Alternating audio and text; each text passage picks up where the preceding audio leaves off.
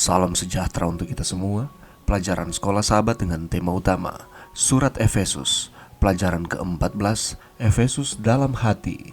Minggu 24 September. Kita diberkati di dalam Kristus.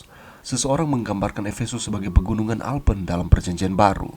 Paulus, pemandu pendakian kita, membawa kita pada pendakian yang cepat di Efesus pasal yang pertama. Kita dengan cepat dan kagum dengan pemandangan dari puncak. Renungkanlah Efesus 1. Apakah yang menginspirasi Anda? Puncak apakah yang Anda lihat?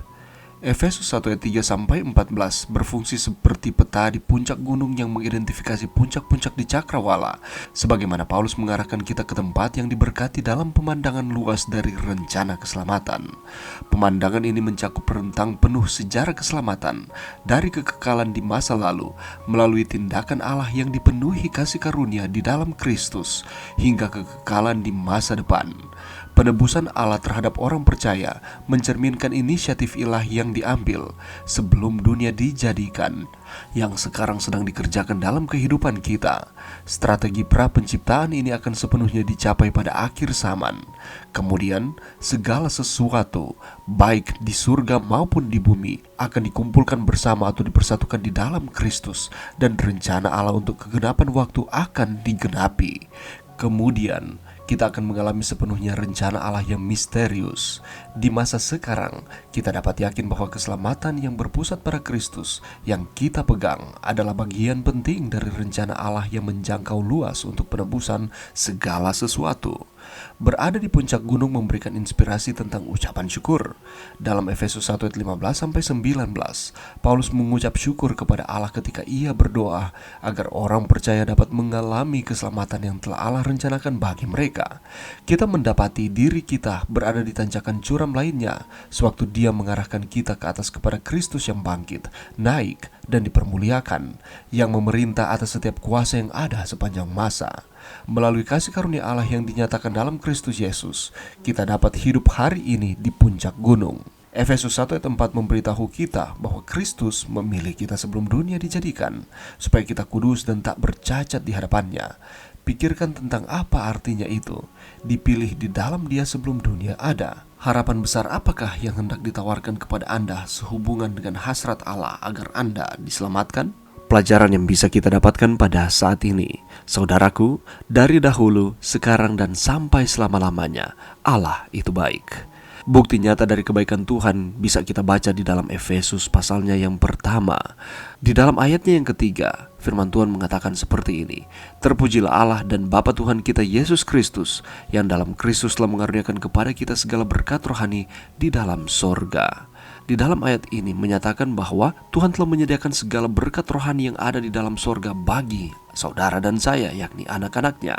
Hal ini berarti segala sesuatu yang kita butuhkan, baik itu damai sejahtera, sukacita, kemenangan, kelimpahan, dan sebagainya sudah ada di dalam kehidupan kita, dan itu disediakan Allah bagi kita.